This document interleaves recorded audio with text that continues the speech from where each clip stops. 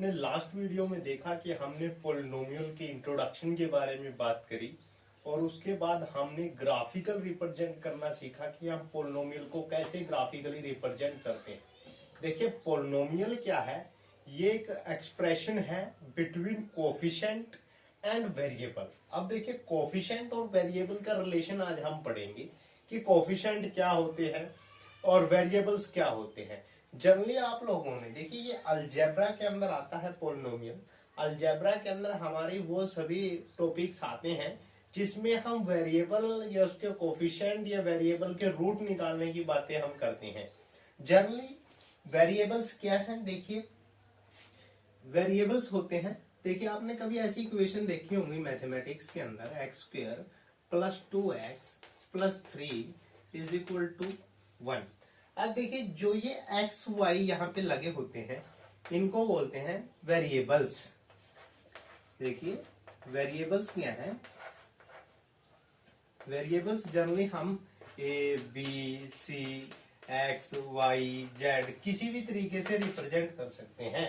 यानी जो हमारे इंग्लिश के उनको हम क्या है कि वेरिएबल्स के रूप में रिप्रेजेंट करते हैं। किसी भी इक्वेशन के अंदर जो ये एक्स वाई जेड लगे होते हैं यही हमारे वेरिएबल हैं। अब कोफिशिएंट क्या होते हैं, देखिए कोफिशिएंट क्या है कि जब भी एक्स वाई जेड के साथ जो भी कांस्टेंट वैल्यू मल्टीप्लाई में होता है तो उसको हम उसका कोफिशिएंट बोल देते हैं। जैसे यहाँ पर कोई वैल्यू नहीं है तो हमेशा 1 मल्टीप्लाई तो जरूर होगा, हर एक के साथ होता है। अगर किसी के साथ कुछ भी मल्टीप्लाई नहीं है तो वो 1 का मल्टीपल तो है ही है, क्योंकि 1 के मल्टीपल सभी होते हैं। तो यहाँ पर कोफिशिएंट ऑफ एक्स स्क्वायर का कोफिशिएंट कितना है, 1 है। एक्स का कोफिशिएंट कितना है, 2 है। और इसी तरह जब किसी के साथ x नहीं लगा हुआ है तो इसका मतलब है कि x की पावर क्या है, 0, क्योंकि किसी की भी पावर 0 1 के इक्वल होती है। तो यहाँ 1 का कोफिशिएंट कितना है, 3। तो x की पावर 0 का कोफिशिएंट भी कितना बनेगा, 3। तो ये होते हैं हमारे कोफिशिएंट और ये होते हैं वेरिएबल। आज हम इनके रिलेशन के बारे में पढ़ेंगे। अब देखिए एक्सरसाइज है 2.2, एक्सरसाइज 2.2 है। इसके अंदर हमारे पास दो टाइप के क्वेश्चन आते हैं। एक तो हमारे पास आता है कि find the roots and the relation between the coefficient and sum of root या प्रोडक्ट ऑफ रूट। इनके बीच में एक रिलेशन होता है, वो हमारे पास एक फॉर्मूला है। फॉर्मूले को आप इस हिसाब से याद रखिए। देखिए जैसे हमारे पास हमने लेट कर लिया कि हमारे पास एक इक्वेशन है, ये माना हमारे पास एक इक्वेशन है a x square plus b x plus c, और जो इसके रूट्स हैं, देखिए रूट्स अभी मैं आपको निकालना सिखाऊंगा, लेकिन जनरली हम मान के चलते हैं कि जितनी डिग्री होती है उतने ही रूट होते हैं, जितनी भी डिग्री है। अब यहाँ पर सबसे बड़ी डिग्री क्या है, जो सबसे बड़ी पावर होती है किसी भी पॉलिनोमियल की, यहाँ ये पॉलिनोमियल है और इसकी सबसे बड़ी डिग्री है 2। तो यहाँ पर रूट भी कितने होंगे, 2 होंगे। तो जनरली जितनी डिग्री होती है, जो हायर पावर होती है, उतने ही रूट्स होते हैं, तो √2 आएंगे। ठीक है, तो हमने लेट कर लिया, हमने रूट्स को भी लेट किया है। माना कि जो रूट है हमारे पास वो अल्फा और बीटा है। हमारे पास रूट क्या है, अल्फा बीटा। हम कुछ भी मान सकते हैं, जनरली कई टीचर इसको अलग तरीके से करवाते हैं, जो मैंने यहाँ पर इसको अल्फा बीटा में लेके चल रहा हूँ। ठीक है, अब देखिए सम ऑफ रूट्स, हमारे पास फॉर्मूला होता है कि sum of roots, sum of roots यानी अल्फा प्लस बीटा, जो भी सम होगा वो किसके इक्वल होगा, minus coefficient of x, coefficient of x, यानी जो एक्स के आगे लगा हुआ है। माइनस का निशान फॉर्मूले से आया है। ठीक है, और यहां पर देखिए उसके बाद कोफिशिएंट ऑफ एक्स। ठीक है, इसके बाद अपॉन में होता है coefficient of x square, coefficient of x square. तो देखिए अल्फा प्लस बीटा किसके इक्वल आ गया है। अब इसका कोफिशिएंट कितना है, देखिए माइनस, इसका कोफिशिएंट है एक्स का कोफिशिएंट है बी और इसका कोफिशिएंट कितना है, ए। तो यानी कि एक फॉर्मूला हमारे पास आ गया है कि जो सम ऑफ रूट होता है वो किसके इक्वल है, माइनस बी अपॉन ए। ठीक है, यानी कोफिशिएंट ऑफ एक्स और कोफिशिएंट ऑफ एक्स स्क्वायर। ठीक है, इसके बाद क्या है, प्रोडक्ट ऑफ रूट्स आता है। जैसे सम ऑफ रूट्स है उसी प्रकार से प्रोडक्ट ऑफ रूट्स होता है। जैसे हमने यहाँ पर इक्वेशन मानी हुई है कि इक्वेशन हमारे पास ax² plus bx plus c है, और जो रूट्स हैं वो हमारे पास अल्फा और बीटा है। ठीक है, तो जनरली देखिए प्रोडक्ट ऑफ रूट्स किसके बराबर होता है? Product of roots. Product of roots, जो प्रोडक्ट ऑफ रूट्स है उसको हम अल्फा इंटू बीटा लिखते हैं, is equal to constant term, जो हमारे पास कांस्टेंट टर्म है। अब देखिए कांस्टेंट टर्म क्या होती है? जो हमारे पास अचर वैल्यू है, मतलब इसको हिंदी में हम अचर वैल्यू बोल देते हैं। ठीक है, ये क्या है? कांस्टेंट टर्म है हमारे पास जिसके साथ वेरिएबल नहीं लगा हुआ है। हमेशा याद रखें कांस्टेंट टर्म वो होती है जिसमें वेरिएबल नहीं लगा हुआ है। अब यहाँ पर जिसके साथ वेरिएबल नहीं लगा हुआ है वो है सी, और upon coefficient of x square, coefficient of x square. अब आप देखिए कि कांस्टेंट टर्म है हमारे पास सी, और एक्स स्क्वायर का कोफिशिएंट है हमारे पास ए, तो ये हमारे पास प्रोडक्ट ऑफ रूट्स किसके इक्वल आ गया है? सी अपॉन ए। ये हमारे पास फॉर्मूला होता है, आपने इसको ध्यान में रखना है। अभी हम क्वेश्चन निकालते हैं। पहले हम रूट फाइंड करना सीखेंगे, फिर रिलेशन निकालेंगे। ठीक है जी। अब देखिए रूट कैसे फाइंड करते हैं। अब जैसे हमारे पास कोई भी क्वेश्चन हो सकता है। देखिए अब हम दो क्वेश्चन सोल्व करेंगे, इनको आपने बहुत ध्यान से देखना है। अगर आप ये दो क्वेश्चन निकालना सीख लेते हो तो बाकी के क्वेश्चन आपने ट्राई करने हैं, तो आपके पास वो जरूर निकल पाएंगे अगर आप इनको ध्यान से देखते हो। अब देखिए करना क्या होता है। सबसे पहले हम फाइंड रूट्स, रूट फाइंड करना सीखेंगे। फाइंड रूट्स, रूट्स और जीरोज सेम चीज है, हम उसको रूट्स भी बोल देते हैं, जीरोज भी। कई जगह फाइंड जीरोज भी लिखा आता है। तो देखिए जैसा हम छोटी क्लासेस से पढ़ते हुए आ रहे हैं कि हमें यहाँ पर x की वैल्यू निकालनी होती है। x की वैल्यू कैसे निकालते हैं? हमें एक चीज याद रखनी है कि हमारे पास मल्टीप्लाई करने के बाद जो है -8 आना चाहिए, और प्लस माइनस करने के बाद -2 आना चाहिए। अब आप देखिए कैसे आ सकता है। हमने इसके फैक्टर करने होते हैं। जैसे हमारे पास जो है वो -8 के फैक्टर क्या आएंगे? हम 2 से स्टार्ट करते हैं कि देखिए 2 के पहाड़े में आता है 2 4 जा 8। ठीक है, अब हम इसको प्लस 2 4 जा 8 होता है, और देखिए 4 2 जा 8 तो यही होगा 2 4 जा 8 और 4 2 जा 8। ठीक है, इसके बाद 8 1 जा 8 होता है। ठीक है, तो आप देखिए ऐसे हमें फैक्टर देखने हैं कि हम मल्टीप्लाई करें तो -8 आए। ठीक है, और अगर हम प्लस माइनस करें तो -2 आए। ठीक है, अब आप देखिए इसको हम प्लस माइनस करें तो 2 नहीं आ सकता है, क्योंकि अगर प्लस करते हैं तो 9 आता है, माइनस करते हैं तो 7 आता है, तो इसका मतलब ये तो फैक्टर नहीं है। ठीक है जी। अब आती है इसकी बात। अब यहाँ पर देखिए इसको प्लस करते हैं तो 6 आता है, माइनस करते हैं तो 2 आता है, लेकिन 2 किसका लेके आना है? माइनस का। तो इसका मतलब जब हमें माइनस का 2 लेके आना है तो बड़ी संख्या माइनस की होगी, तभी तो हमारे पास यहाँ पर माइनस का आंसर आएगा। तो इसका मतलब है कि फैक्टर होंगे -4 और 2। -4 को जब हम 2 से मल्टीप्लाई करेंगे तो मल्टीप्लाई करने के बाद क्या है? -8 आएगा। तो इसका मतलब हमारे जो फैक्टर है वो -4 और 2 है। यही चीज इसमें सबसे इंपॉर्टेंट है। जिसको ये निकालना आ गया तो पूरा क्वेश्चन सोल्व हो जाएगा। तो ये सबसे इंपॉर्टेंट चीज है, आप इसको दोबारा सीख लीजिए। देखिए जो सबसे लास्ट में होता है उसके हमें फैक्टर देखने होते हैं कि फैक्टर क्या बनेंगे, उसके फैक्टर लिख लीजिए। ठीक है, जो x का कोफिशिएंट होता है वो हमें प्लस माइनस करके मिलना चाहिए। तो इसके देखिए हमने फैक्टर लिखे कि 2 × 4 होता है, 8 × 1 होता है। ठीक है, लेकिन ऐसे फैक्टर देखने जिसको हम प्लस माइनस करें और हमारे पास ये x का कोफिशिएंट आ जाए, तो वो कौन सा फैक्टर है? 2 × 4।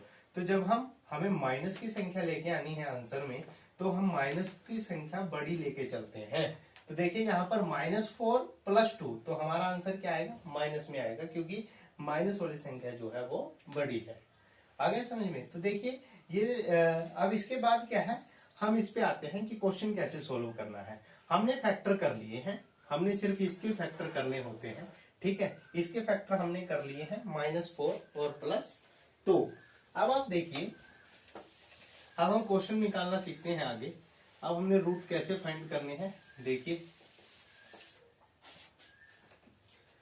देखिए -2x है और माइनस है 8।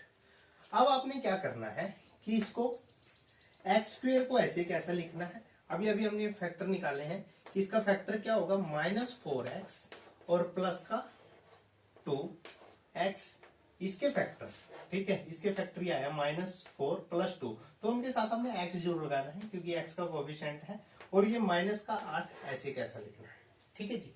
इसके बाद अब हमने क्या करना है कि इनको ऐसे डिवाइड कर लेना है दो पार्ट में, ठीक है। अब देखिए इसमें से क्या कॉमन आ सकता है, x इसमें भी है, x इसमें भी है, तो देखिए x कॉमन आ गया बाहर, तो यहाँ पर क्या बच गया, एक x बचा हुआ है, माइनस का निशान है, और यहाँ पर क्या बचा है, -4।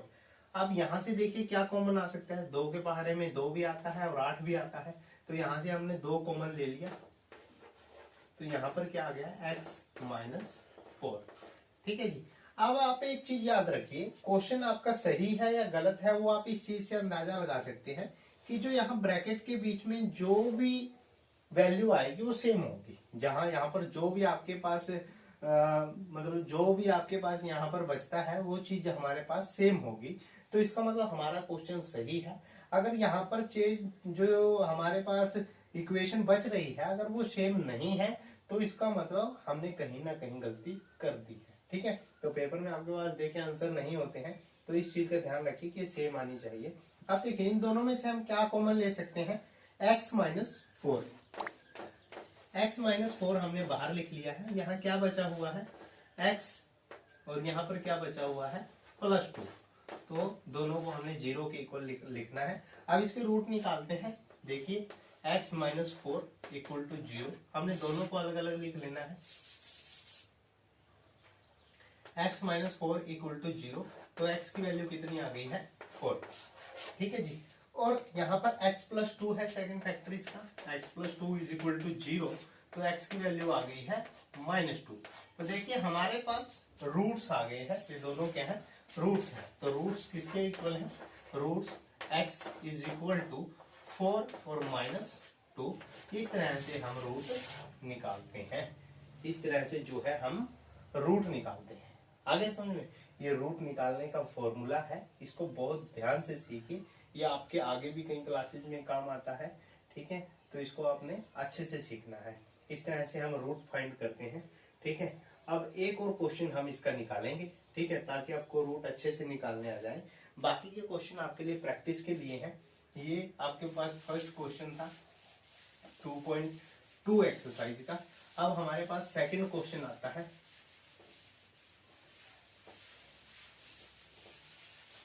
अब देखिए सेकंड क्वेश्चन है हमारे पास 4x² - 4x + 1, ठीक है। अब देखिए जैसा लास्ट टाइम हमने सीखा कि मल्टीप्लाई करें तो, अब देखिए इस केस में मल्टीप्लाई करें तो 1 आना चाहिए और प्लस माइनस करें तो -4, ऐसा नहीं है। हमें अगर x के आगे कोफिशिएंट लगा हुआ है, कोई भी कोफिशिएंट है, एक के अलावा अगर कोई भी कोफिशिएंट लगा हुआ है, वहां पर लास्ट क्वेश्चन में कोफिशिएंट 1 था, ठीक है। अब कोफिशिएंट कितना है, 4, तो हमने इस 4 को इससे मल्टीप्लाई करना होता है, जो भी यहाँ कांस्टेंट टर्म है उसके साथ हमने मल्टीप्लाई करना है 4 × 1, ठीक है। देखिए 4 बन जा 4, यानी हमने मल्टीप्लाई करें तो 4 आना चाहिए और प्लस माइनस करें तो x का कोफिशिएंट कितना है, -4, ठीक है। अब हमें इसके फैक्टर करने हैं, किसके पहाड़े में आते हैं, देखिए 2 × 2 = 4 होता है और 4 × 1 = 4 होता है। अब हमने ऐसा फैक्टर लेना है दोनों में से जिसको हम प्लस माइनस करें और -4 आ जाए। अब देखिए इसको यदि मैं प्लस करता हूं तो 5 आता है, माइनस करता हूं तो 3 आता है, लेकिन इनको जब मैं प्लस करता हूं 2 2 4 और 2 - 2 0 आता है, ठीक है। यानी जब दोनों को प्लस करूंगा तो 4 तो आ रहा है, ठीक है, लेकिन लेके आना है -4, ठीक है। तो अब आपने क्या करना है, -4 कैसे आएगा, जब मैं -2 को -2 में ऐड करूंगा तो हमारे पास आंसर क्या आएगा, -4। तो ये आपने खुद सोचना है कि हम -4 कैसे लेके आ सकते हैं। तो देखिए -2 -4, तो आपने ध्यान रखना है इस चीज का, और ये फैक्टर्स बहुत जरूरी है, ठीक है। अब फैक्टर आ गए हैं -2 और -2। अब आप देखिए इस फैक्टर को यहां पर कैसे रखना होता है। सबसे पहली जो टर्म है उसको हम एज इट इज लिखते हैं, 4x² है, ठीक है। इसके फैक्टर आए हैं हमारे पास -2 और -2, तो हमने इसको लिखना है कि -2x और -2x और +1, ठीक है जी। अब हमने इसके ऐसे करके दो पार्ट बना लिए हैं। अब इसमें से क्या कॉमन आ सकता है, एक तो x देखिए दोनों में आया हुआ है, ठीक है। अब ये भी 2 के पहाड़े में आता है, ये भी 2 के पहाड़े में आता है, ठीक है। तो अब आप देखिए दोनों 2 के फैक्टर हैं, 2 के फैक्टर हैं, तो 2 हमने बाहर कॉमन ले लिया है। तो यहाँ पर एक तो 2 कॉमन आ गया है, एक x कॉमन आ गया है, तो यहाँ पर 2 बच गया है और एक x बचा हुआ है, और 2x बाहर आ गया, तो यहाँ पर कितना बचा हुआ है 1, ठीक है जी। अब आप देखिए यहाँ पर क्या कॉमन ले सकते हैं, तो कुछ भी कॉमन नहीं है, ठीक है। अब बीच में निशान किस चीज का है, माइनस का। देखिए एक तो हमने माइनस कॉमन ले लिया है, ठीक है जी। माइनस यहाँ तो है, माइनस यहाँ तो चल जाएगा, लेकिन यहाँ माइनस नहीं है, तो इसका मतलब यहाँ पे हमें निशान चेंज करना पड़ेगा, ठीक है। जब भी हम माइनस कॉमन लेते हैं तो अंदर के निशान जरूर चेंज करने होते हैं, इस बात को याद रखिए। अगर दोनों में कुछ भी कॉमन नहीं है तो 1 कॉमन है, ठीक है जी। तो यहाँ पर क्या बचा हुआ है 2x। अब ये प्लस का निशान चेंज हो जाएगा क्योंकि हमने माइनस कॉमन लिया है, तो -1। अब आप देखिए ये चीज दोनों में सेम है, ये हमारे पास जो है इक्वेशन सेम आएगी, ठीक है। ये जो अंदर का पार्ट है, ठीक है, जो ये फैक्टर है ये सेम होंगे। तो अब आप देखिए अंदर का फैक्टर मैं कॉमन ले लेता हूँ, 2x - 1, दोनों जगह से मैंने बाहर कॉमन ले लिया है। अब यहाँ क्या बचा हुआ है, सिर्फ 2x बचा है, और यहाँ पर क्या बचा है -1। अब इन दोनों को हमने किसके बराबर रख देना है, 0 के। तो देखिए 2x - 1 = 0, तो यहाँ पर x की वैल्यू कितनी आ जाएगी 2x। इस 1 को उधर ले जाएंगे हम, उधर जाके निशान चेंज हो जाएगा, +1 हो जाएगा, और जो हम मल्टीप्लाई में है तो दूसरी साइड डिवाइड में चला जाएगा। तो x की वैल्यू कितनी है 1/2। अब आता है सेकंड पार्ट है, इसी तरह ये भी 2x - 1 है, इसको भी हम 0 के इक्वल रखेंगे, तो वहां से भी हमारी वैल्यू कितनी आएगी 1/2 ही आएगी, क्योंकि सेम ही है वो 2x - 1 2x - 1। तो x की 2 वैल्यूज आ गई हैं, क्योंकि हमने पढ़ा था कि हमेशा जितनी डिग्री होती है उतने ही रूट आते हैं। तो देखिए डिग्री यहाँ पर 2 है, तो रूट भी कितने आ गए हैं 2 आ गए हैं। तो ये चीज आपने ध्यान रखनी है। आज हमने रूट निकालना सीखा है, ठीक है। इसके बाद आता है कि इनमें रिलेशन क्या होता है। जैसे ये रूट हमारे पास आ गए हैं 1/2। तो देखिए अब हम रिलेशन के बारे में पढ़ते हैं कि रिलेशन कैसे निकालते हैं। Relation between coefficient and roots, relation between coefficient and root. देखिए क्वेश्चन में आपको रूट निकालना भी पूछा जाएगा और रिलेशन भी पूछा जाएगा। जैसे यही क्वेश्चन है, इसके रूट हमारे पास आए थे, रूट से 1/2 और 1/2, और हमारे पास इक्वेशन क्या थी 4x² - 4x + 1, ठीक है जी। अब हमें क्या करना है, हमारे पास क्वेश्चन था कि सम ऑफ रूट्स किसके इक्वल होता है, minus coefficient of x upon coefficient of x², ठीक है। अब हम इसका सम कर लेते हैं। देखिए रूट है हमारे पास 1/2, हम इन दोनों को जोड़ लेते हैं 1/2, और माइनस कोफिशिएंट कितना है x का, -4, ठीक है। एक माइनस ये फॉर्मूले का है, एक माइनस जो ये कोफिशिएंट है इसके साथ लगा हुआ है, अपॉन में कोफिशिएंट ऑफ x², तो वो भी कितना है 4 है, ठीक है। और देखिए ये हाफ और हाफ 1 होता है, तो यहाँ पर जोड़ के कितना आ गया है 1 आ गया है, और माइनस से ये माइनस कट गया है, ठीक है। 4 से 4 कैंसिल आउट हो गया है, ये भी कितना आ गया है 1। तो अगर ये दोनों आंसर इक्वल आते हैं, अगर left hand side right hand side की इक्वल आ जाती है, तो इसका मतलब हमारा ये क्वेश्चन सही है, ठीक है। ये इनका रिलेशन होता है सम ऑफ रूट्स का। अभी आता है प्रोडक्ट ऑफ रूट्स। नेक्स्ट है प्रोडक्ट ऑफ रूट्स। देखिए प्रोडक्ट ऑफ रूट्स में सिर्फ कितना फर्क होता है, फॉर्मूला आपको मैंने स्टार्टिंग में बताया है कि प्रोडक्ट ऑफ रूट्स किसके इक्वल होता है, यहाँ पर कांस्टेंट टर्म होती है, कांस्टेंट टर्म, और नीचे क्या है कोफिशिएंट ऑफ x² होता है। अब प्रोडक्ट में क्या है, हम इन दोनों रूट्स को मल्टीप्लाई करेंगे, 1/2 multiply 1/2 is equal to constant term, ये माइनस नहीं होता है इसमें।